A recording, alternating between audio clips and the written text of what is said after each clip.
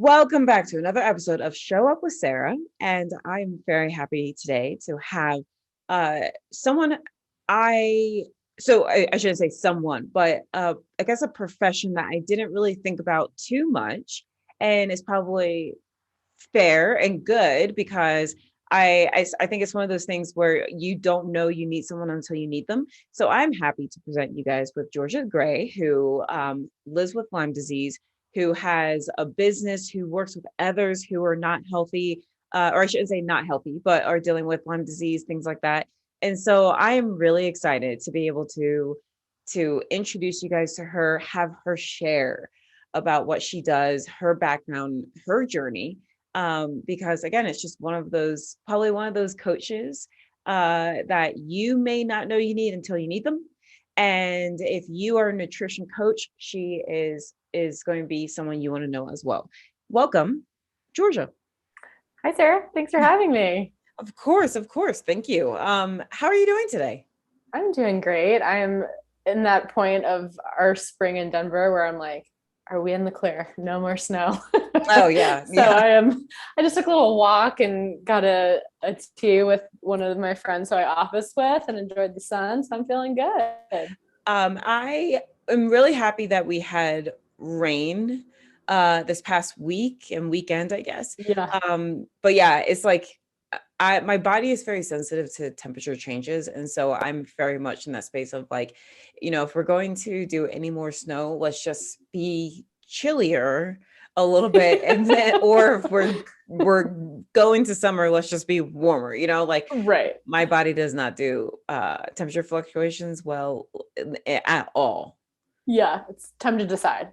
It's like, I always tell people that I have the immune system of a kindergartner because I always get colds and like any little thing, I'm just like, oh, I think I'm gonna be sick, like so yeah, I am it's a wonder I've done well here in Colorado, but yeah. Hey, you know yourself. Uh, so okay, I'm going to read a little bit of your bio so that Okay. because if I try to like freestyle it, I trust myself, but I also don't trust myself. So I want you guys, my listeners here, to know about whole, for heaven's sakes already. Okay. Whole body healing nutrition. And it's a holistic nutrition practice. And Georgia works with people who do not feel well, specializing in Lyme disease, autoimmune disease, and hormone imbalance. Um, so I would love to know why specifically in those arenas.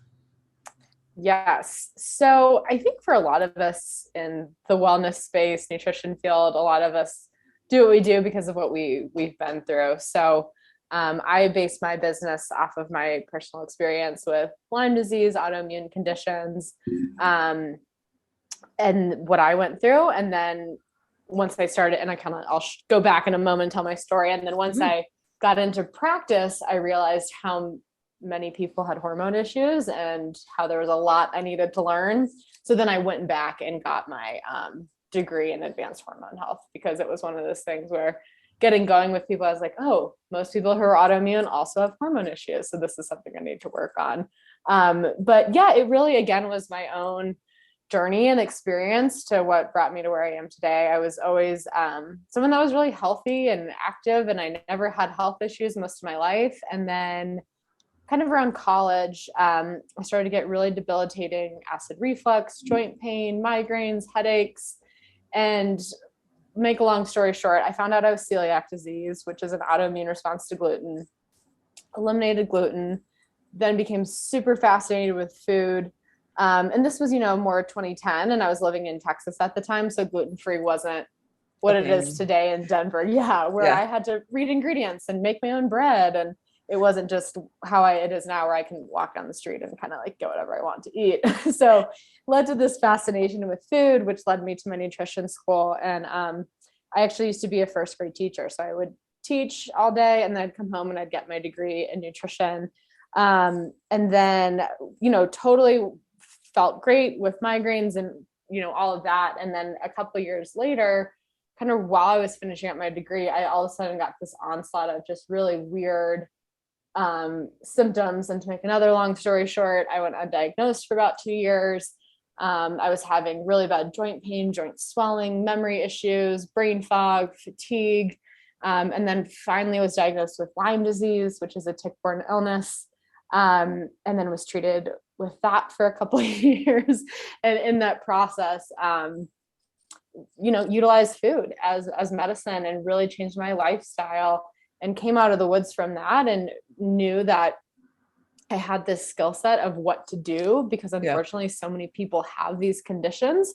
So then I eventually quit teaching and I started my business kind of on the side, and then I went full-time in 2019, and now I do what I do today. So helping people, whether they have a diagnosis or just someone that's like, I have headaches and my stomach hurts, and helping Oh, them with food. So I like that. So, yeah, okay, I have a few questions from just a place of complete like ignorance so that I totally. can better understand. And I'm going to just decide that people who listen also have the same type of questions.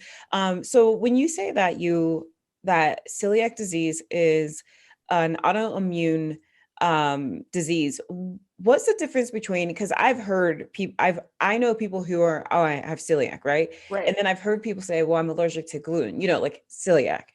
Now, is celiac disease the same or anywhere near being allergic to gluten?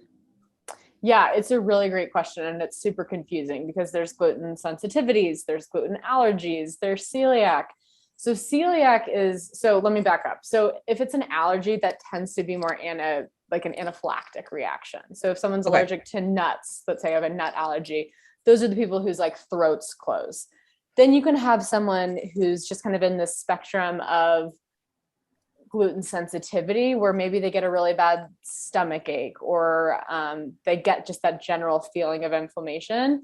And I think inflammation can be kind of on this spectrum. So there might be some people who have a gluten sensitivity, but every now and then they can have a piece of pizza and they're fine, or something like that. So it's the equivalent of me being lactose intolerant. Like I'm Yeah.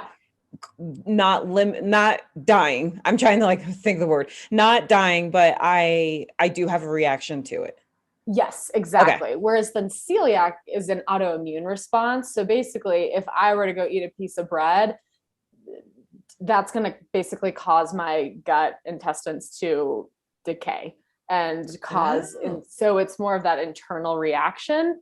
That's a lot more severe. So that's why celiac, you really do need to be careful with things like cross contamination. So like corn chips are being fried in a fryer that maybe is frying flour tortillas. Like a celiac needs to be really careful with things like that. Whereas someone with gluten sensitivity might be like, oh, I'm fine, it's not going to bug me.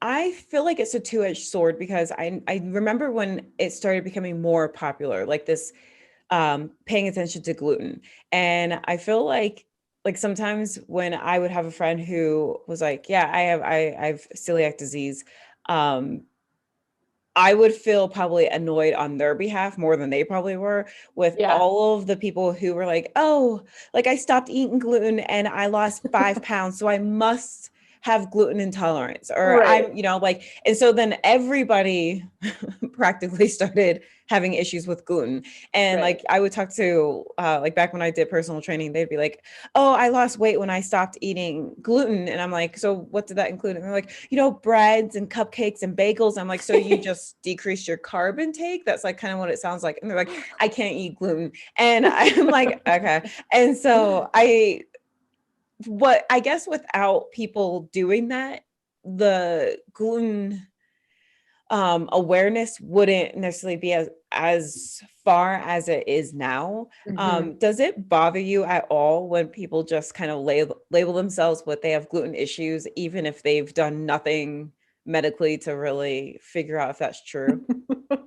I've never been asked that. You're making me laugh. That's funny. I think it's one of those things where, and I see this with a lot of my clients too, and I think it's more like it more bothers me of it discredits celiac disease, if that makes sense. Yeah. Where I think that's the only time I get like frustrated is if you're out to eat or something and you're not taken seriously, where you're like, I'm not trying to be like cute and skinny right now. Like I cannot Yeah. have No, that is gluten. fair. Because I actually remember like, uh, and I had to check myself because I've had a few of those instances where I would be out with people, like maybe like people I didn't really know, and they'd be like, "Oh, well, can we not go there?" Because like gluten, and I'm like, "Is this just like you trying to lose weight, or like what?" Because Yeah, like we're not going to change our whole plans if you're just going to like there's right, salad, right? But then right, yeah, it's like a technically it's none of my business.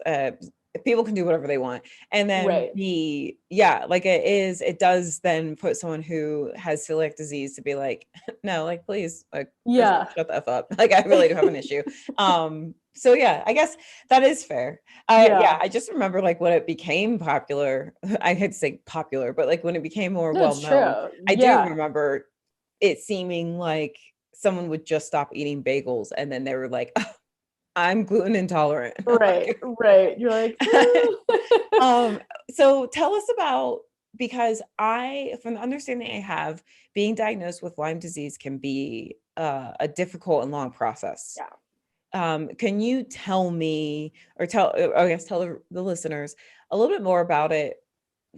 What, why is it so difficult for it to be diagnosed? Yeah, totally. So I was actually talking about this the other day. So this is very timely. And May is actually Lyme Disease Awareness Month. So also very timely. I didn't know that. Yeah. Yeah. So basically, when you get, there's kind of a few reasons. When you go to your doctor, and let's say you get a tick bite and you get the traditional bullseye rash, and you go to the doctor within 2 weeks of that bite, they can put you on something called doxycycline, which is an antibiotic that it's going to knock it out, and you're never going to typically not have Lyme symptoms again. Where it gets a little tricky is that most people who have Lyme disease don't remember getting bit by a tick, or if they did, a lot of people never had that bullseye rash. So a Yeah. lot of people don't go to the doctor right away because it's, oh, I don't have the rash, I'm fine. Lyme disease can also lay dormant in the body. So that means it's kind of like the monovirus, where it can be in your body, but it's not activated. Okay. And Lyme disease can get then activated or kind of triggered by things like black mold and environmental toxins. So sometimes people can have a bite from years ago, and then years later, all of a sudden, that's what happened to me, they get all of these symptoms. So Huh. then you go to your doctor, and if they test you for Lyme disease, which most don't even test you for, some Yeah. doctors don't even believe it's a thing. And they'll typically do a Western blot, and it's just a very inaccurate test, and it's not testing all of the antibodies that encompass Lyme disease. And kind of another way to think about it too is that there's also, I'm totally putting this in non-medical terms, so anyone listening, please just know that I'm making this like We need non-medical terms over here. So perfect. I had a nurse in earlier, and I was saying something, I was like, just preface, I'm saying this very non-medical terms, but just making this simple. But basically you can also have like on blood work, different bars can show up. So for example, you can have like 6 bars of that are testing positive for Lyme on a blood work panel, and the CDC will only count a certain amount of bars, but someone could have 2 bars of that Lyme on their panel and still feel terrible, but it's not technically diagnosed. So the tests to make, like the tests are just inaccurate. There's this population of people that have had it forever, and then it gets triggered later in life. And then it's also really mysterious, right? Where it masks itself as other diseases. So people think they have arthritis, MS, rheumatoid arthritis, and it's just Lyme disease. And so what I would suggest is just one to just kind of find other practitioners that are more alternative that can help. Like if someone is kind of tried everything and has some disease that no one can figure out, or maybe you've tested autoimmune and that doesn't feel right, I just always say to people, worst case scenario, you don't have it. And there's one test called the IGeneX test that's fairly affordable online that your provider could order for you, and you can just even ask for that if your provider believes in Lyme disease. And is that a fairly accurate test then? Yeah. So that's Okay. the one that finally was able to diagnose me. Can you say that one more time? Because I want Yeah. anybody who's listening to like write it down or imprint it. Yes, please do. And again, it's one of those things, it's like, it's so important, just not known, and it's so common. So it's IGeneX. So it's IGNEX. And you can read all about it online. And again, if something just is off and you've been tested for everything, and or if you've had some diagnosis that's not sitting with you, just get it double checked, and can't hurt. So people who may live in an area that has more ticks, which so I'm not an outdoorsy person, so I have Mm-hmm. no clue if that's even a thing, if there's like more ticks in one state than there are in another. Um, I know that like when I lived in Pennsylvania and like Virginia, I knew about like deer ticks, Yeah.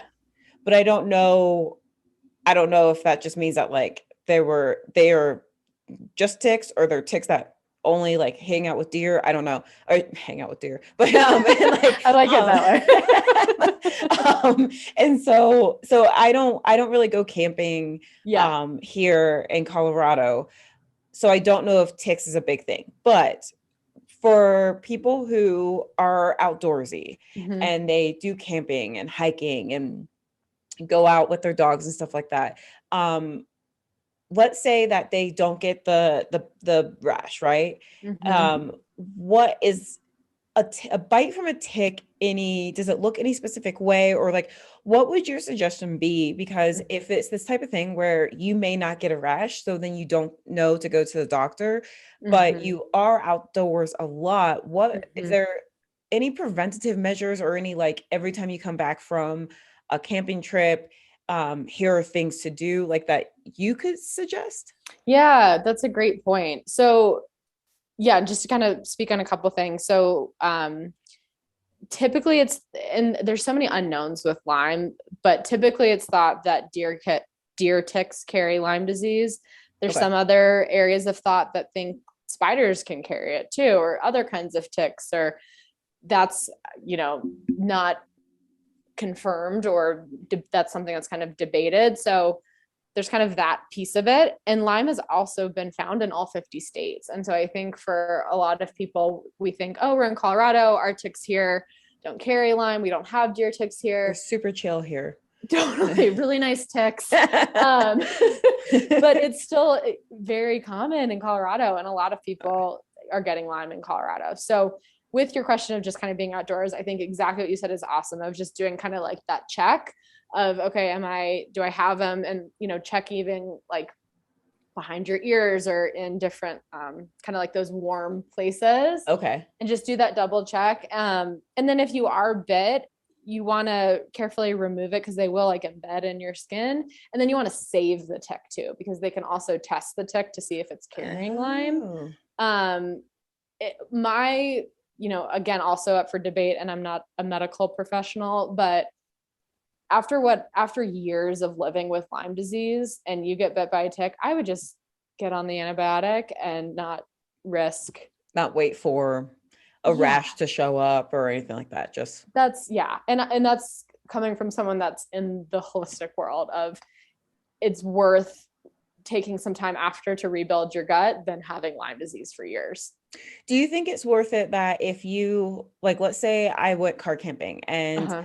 I do go a little hiking and I come home and I find like a little mark that I'm like, oh, maybe, I don't know, maybe this is mosquito, a Mm-hmm. bug bite, I don't know, like Mm-hmm.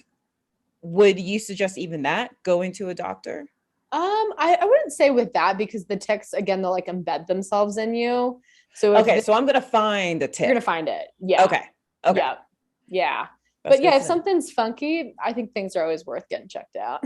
That's fair. Because I will say my only experience with a tick is that I think I may have had one when I was like a wee little pint. I Yeah. can't really remember. I think like my mom just like found like a little guy like on my scalp after being outdoors. But my dog, when I rescued her last year, like after a week of her being here, I was like looking at her bed and I was like, what is that? Like pebble. And I looked, I was like, oh my goodness, like I think this is a bug. And I had to like actually go on like Reddit and be like, what bug is this? And everybody's like, that's a tick, and it was like Yeah. fully engorged. And Oh, like it just like creeped me out that it had been on her, and like I didn't, because I thought I had done a good enough check. yeah. And then I'm like, how did it get this big? And I didn't even like find it. Oh. But that's the other question I was going to ask. Can your dogs or cats or hamsters or any other pet that you have, can they get Lyme disease? Yeah, but what's wild is there's actually it's treatable in dogs, but Oh, not in humans. that's fun. That's perfect. I know. So that's dog life sounds even better. I know, right? And so, okay, let's switch tracks just a smidge. Um, with what made you go through this experience and think, okay, I need to show up for other people? Because there are tons of things that we all experience that then we don't go into the profession of. Yeah. So what made you think, okay, I have to show up for people and I need to get in this space? Yeah. I think it was the loneliness, honestly, that comes with Lyme. It's so funny that I talk about Lyme as much as I do now and post on Instagram and make TikToks about it and talk about it on podcasts, because for a while there when I was sick, no one knew. Hmm. I didn't tell anyone. And I think a lot of it was it's such, again, this unknown disease where doctors are doubting you, then confirming things, you're doubting yourself. It's mostly invisible. And Mm, so you're wondering, am I having joint pain or am I? So there's so much emotional component that comes with it too. And just not, fortunately, I think it's getting a lot better. yeah. Um, but 2015, I remember finding one random blog from some girl in New Jersey with Lyme, and that was all I could find, kind of thing. And so I think it was just, okay, wow, people are sick with this. And then in the autoimmune world too, where that's 1 in 4 people, and that's just who's diagnosed. So think of Yeah. all the people that are undiagnosed, and again just have this feeling of helplessness. And so I think it became this point where it was no longer like about me anymore, where it was, okay, you need to do this, what to do. And Yeah. so you kind of got to get over yourself of like not wanting to talk about this disease. And so with the kind of general not feeling well, Mm-hmm. and I'm assuming that that ranges to like, so I'll use myself as an example because like I said, I have the immune system of like a kindergartner. So Yeah. I've noticed as I've gotten older that I am just like tired a lot, Yeah. like, and I know I also like my nutrition can like ebb and flow, right? I can have weeks where I'm just eating. I don't like to say clean, but I'm making my Yeah. own food at home and I know what I'm eating. And it's pretty simple and standard. Yeah. And then I will have like weeks where I'm just like stuck on soda and like, eating out and whatever. And so I'm always like, once I get consistent on this and like, and then now I'm like, well, now I have to get like some multivitamins because I'm getting older, and like, so do you work with people like me all the way to people with autoimmune diseases, and everything in between? Yeah.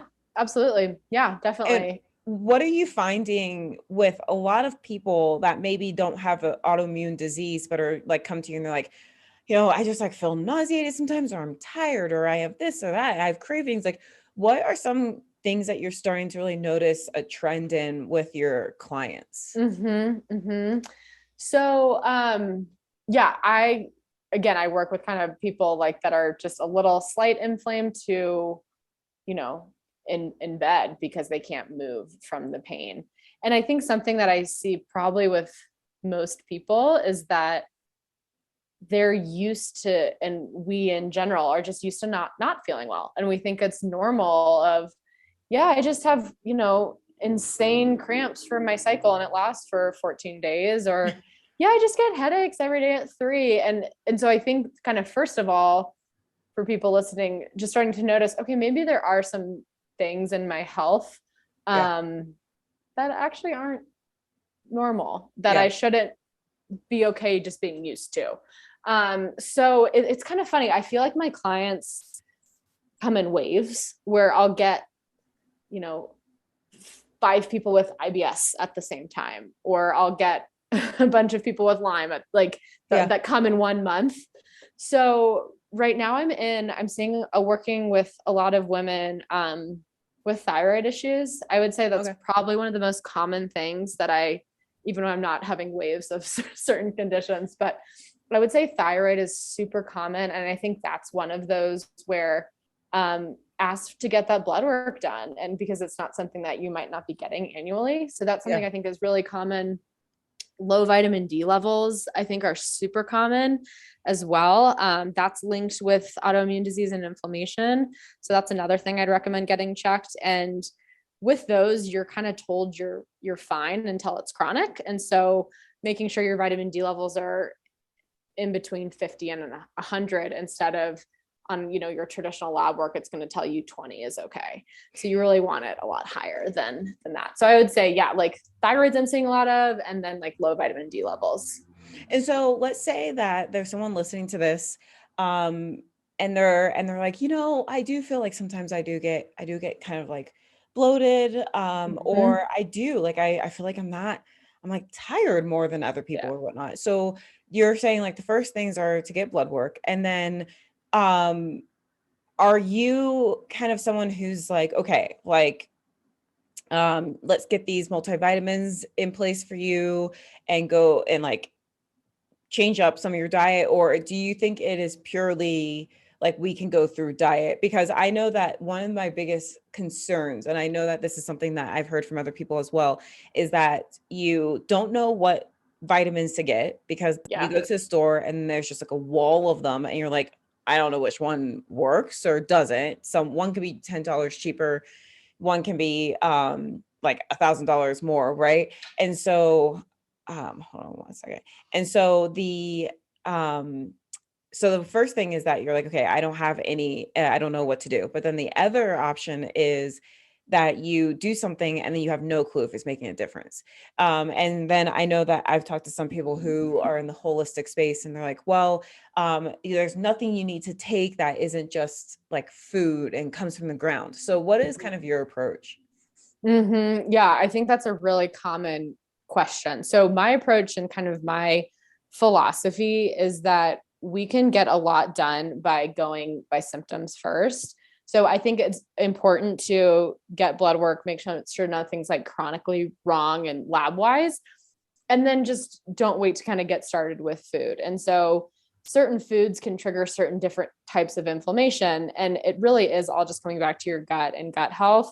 So when someone's inflamed, it's just a matter of getting the gut healthy. And I think nutrition is, I always say it's simple, but it's not. Where if you take one thing away from today, it's just get back to eating whole, real foods as much as possible. And that's not to say here and there you don't have, I just had a cookie. Like, it's not to say like you can never have these foods again, but if the majority of the time you're eating those quality vegetables and quality proteins, it's nutrition can be simple, but it tends to get overcomplicated. And then supplement wise, I think it's important to also, like, supplements are supplements, like they're not everything. We need Yeah. to have those whole foods first. And unfortunately our food doesn't have the same nutrients that it did 50 years ago when our grandparents were eating an apple. So I do think it is important to get some supplementation at some Mhm. point. Like I was saying with vitamin D, that's something that needs to be supplemented typically. But we can't rely on just the supplements. Yeah. One question I was thinking, and I apologize for my eyes darting because I'm trying to, I have like pop-ups happening for some reason. So I'm trying to make sure I'm like right here with you.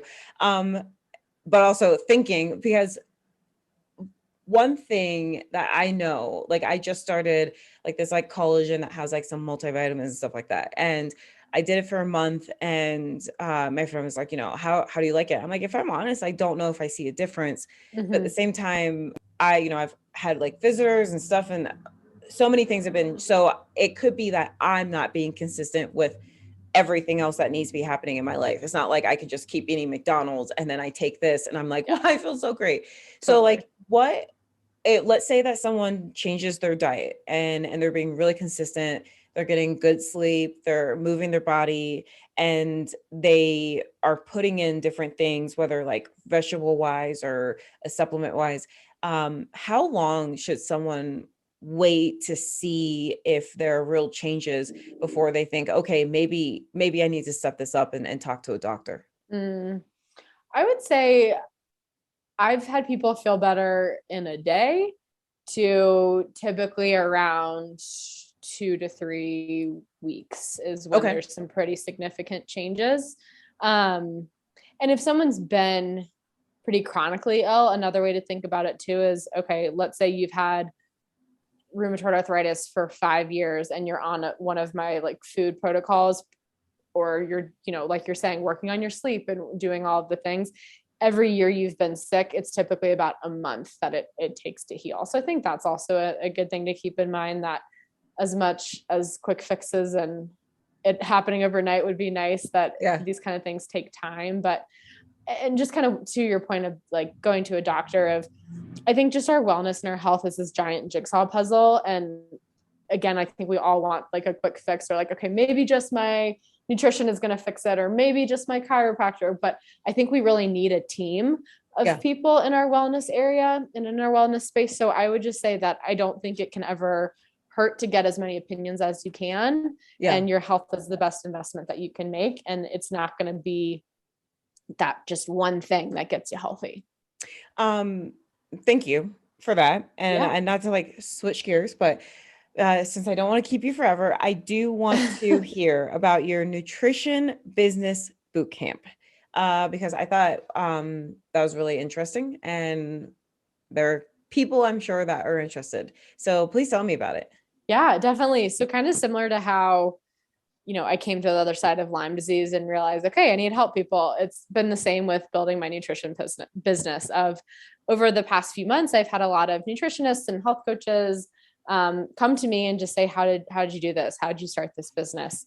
Because I think there's so many people in the wellness space that are amazing at the one-on-one work with clients, Yeah. but struggle with like, how the heck do I find my clients, and how do I do my taxes, and how do I have a social media presence, Yeah. and how do I market, network? And so, so what I've done is I've created a 5-session virtual course for other people in the nutrition space to learn how to, a boot camp of, all right, here's how you do it. I give out templates for, keeping track of clients, and ideas for mindset work, and just this 5-session course where people can get so much information on how to build the business of their dreams. So I'm in the middle of a course right now, and then my next one launches in August. And it's just open enrollment and application. So people can go to my website, which is just Whole Body Healing Nutrition, and learn more or apply. And then in the virtual program, it's a group program, so you can network with other people in the field and That's bounce awesome. ideas off of each other, which is great. And then you also have time where you can book one-on-one sessions with me, where I help people brainstorm for their business in particular. That's awesome. I love that. Thanks. It's been so fun. I love it too. Good. All right. So I only have 2 questions left for you. All right. And the first one is, how do you desire to better show up for others? That's a great question. How do I desire to better show up for others? Mm-hmm. I think what's coming to me is just being super present I like with that. with others, of whether it's a client or a friend or whoever, just to be with them in that moment.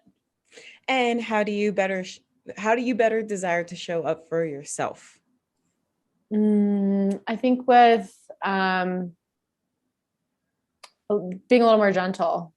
Of, I think as a business owner, you have to be structured and go and goal oriented, but which serves me, but sometimes is a little bit needs a little more gentleness. I like that. I like that as well. being gentle with yourself, having patience with yourself, giving yourself grace. Those are all very, very, very hard. Really hard. So yes. Okay. I am very happy that we were able to have this conversation. Because it helped me learn about something. And hopefully there are people that are listening that are like, oh, okay, like, this is a good note, or I want to be prepared. So I like wrote down hygienics, or just thoughts about how to change their diet, because like I said, I 100% want to start getting in that space. So I really value what you shared. If you are listening, please find Georgia online. I'm going to have her, or you go ahead, give me your Instagram handle. Yeah, so Instagram and TikTok is just at Whole Body Healing. There you go. Yeah, everything's just whole body healing, making it easy. Thank you so much again. Thank you. This was so fun to chat. Have a great day, and yeah, be awesome and keep helping people. Thank you.